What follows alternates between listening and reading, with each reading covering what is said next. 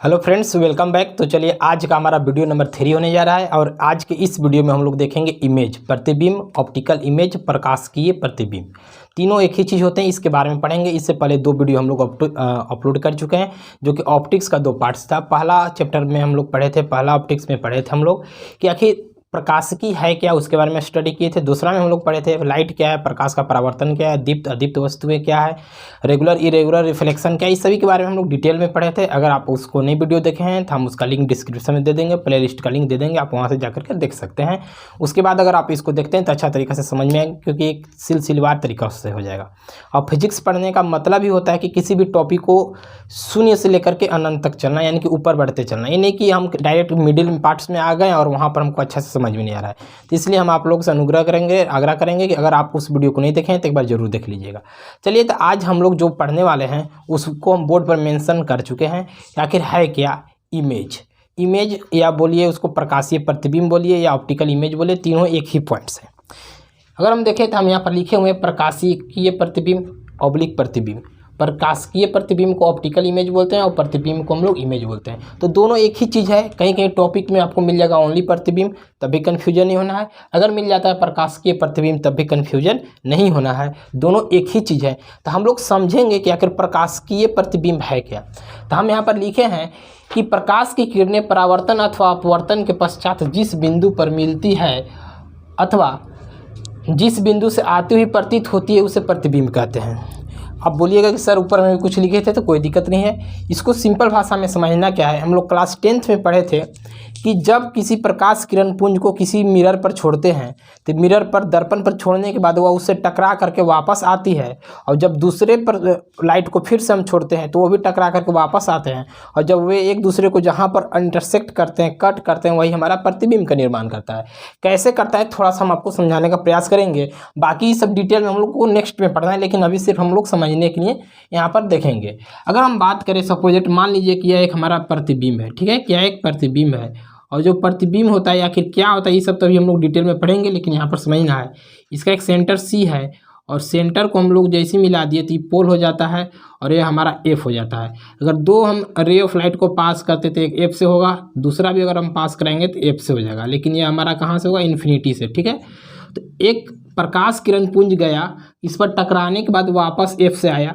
दूसरा प्रकाश किरण पुंज को भी हम इस पर छोड़े, यह टकराने के बाद एफ से पास हुआ। तो जहाँ पर ये एक दूसरे को कट करें तो कहाँ पर किए, इधर से गया और ये इधर से आया, एक दूसरे को एफ पर कट किए, तो इसी को हम लोग बोलते हैं कि जहाँ पर यह कट करता है ना, वही हमारा प्रतिबिंब का निर्माण करता है।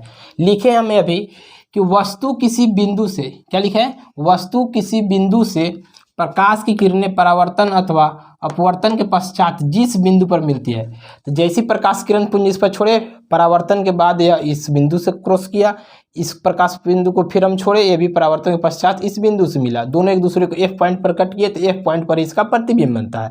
ये कैसे होता है हम लोग को नेक्स्ट आगे पढ़ना है, वहाँ पर आपको डिटेल में अच्छा से समझ में आएगा। नहीं समझ में आ रहा है तो आप लोग थोड़ा सा आगे चलते हैं। हम लोग आगे हम बतलाए हैं कि प्रतिबिंब 2 प्रकार के होते हैं। कितने होते हैं, प्रतिबिंब 2 प्रकार के होते हैं। एक जो प्रतिबिंब हमारा होता है वास्तविक प्रतिबिंब, जिसको हम लोग इंग्लिश में बोलते हैं रियल इमेज, और दूसरा जो होता है हमारा आभासी प्रतिबिंब, वर्चुअल इमेज।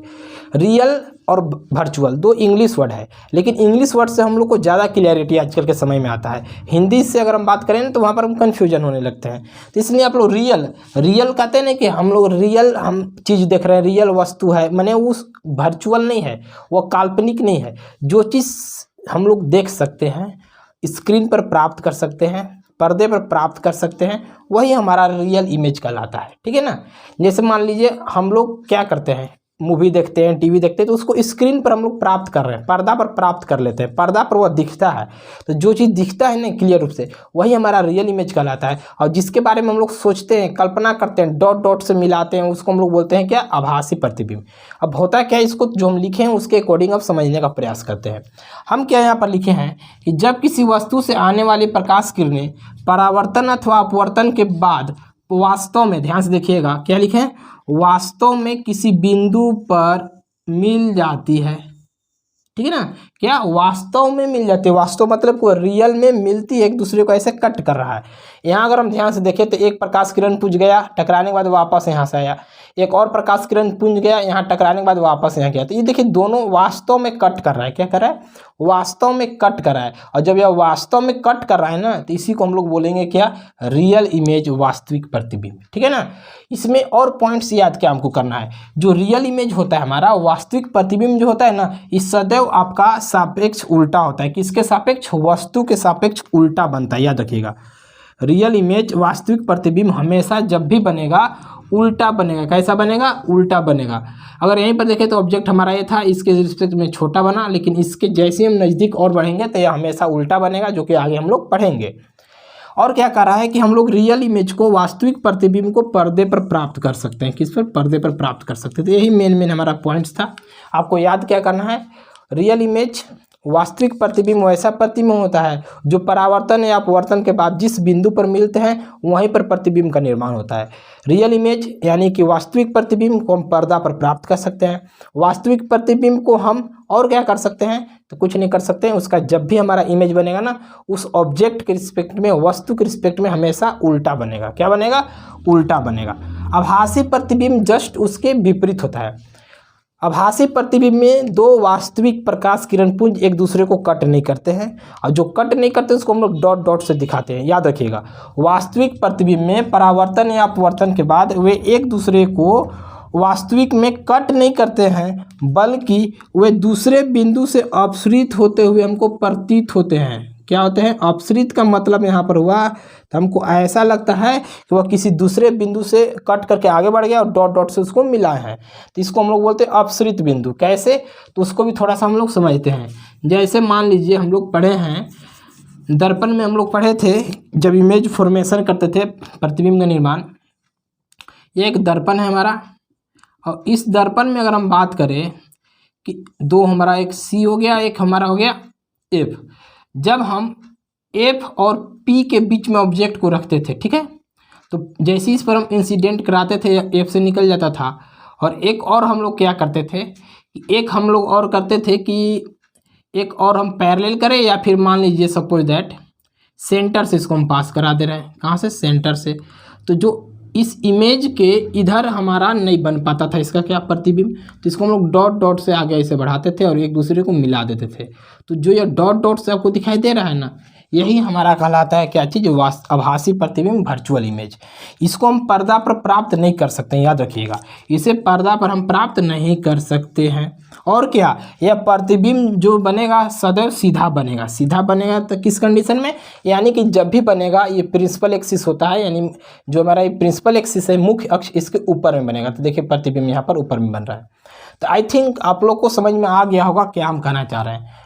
प्रतिबिंब होता क्या है? जब कोई प्रकाश किरण पुंज किसी वस्तु से टकराने या अपवर्तन के बाद जिस बिंदु पर एक दूसरे को कट करती है, वही हमारा प्रतिबिंब का निर्माण करती है। प्रतिबिंब दो प्रकार के होते हैं, एक आभासी प्रतिबिंब और दूसरा वास्तविक प्रतिबिंब। आभासी प्रतिबिंब जो हमारा होता है ना, वो होता है क्या कि उसे हम पर्दा पर प्राप्त कर सकते हैं। दूसरा नंबर, वो हमेशा बनेगा तो ऑब्जेक्ट के रिस्पेक्ट में, तुलना में उल्टा बनेगा। वहीं विपरीत हमारा आभासी प्रतिबिंब होता है। आभासी प्रतिबिंब को हम पर्दा पर प्राप्त नहीं कर सकते हैं। आभासी प्रतिबिंब हमेशा आपको वस्तु के सापेक्ष में सीधा मिलेगा। ठीक है। एक और हम लोग आसान भाषा में याद कर सकते हैं, वास्तविक प्रतिबिंब का पहचान यही है कि उसको हम डॉट डॉट से यूज नहीं उसमें करते हैं, डॉट का यूज नहीं करते हैं, जबकि हम लोग आभासी प्रतिबिंब में डॉट का यूज करते हैं प्रतिबिंब का निर्माण करने में। तो ये हमारा था आभासी प्रतिबिंब, वास्तविक प्रतिबिंब और प्रतिबिंब। तो आई थिंक आप लोग को समझ में आया होगा। बाकी नेक्स्ट वीडियो में जो हम लोग देखेंगे, वहाँ पर देखेंगे हम लोग समतल दर्पण। और समतल दर्पण कैसे है, जो हम लोग एक एंगल को बेंड करेंगे तो कितना और डबल एंगल बेंड करेगा, इसके बारे में वहाँ पर समझेंगे। तो चलिए आज के लिए सिर्फ हम लोग इतना ही रखते हैं, बाकी मिलते हैं नेक्स्ट वीडियो में।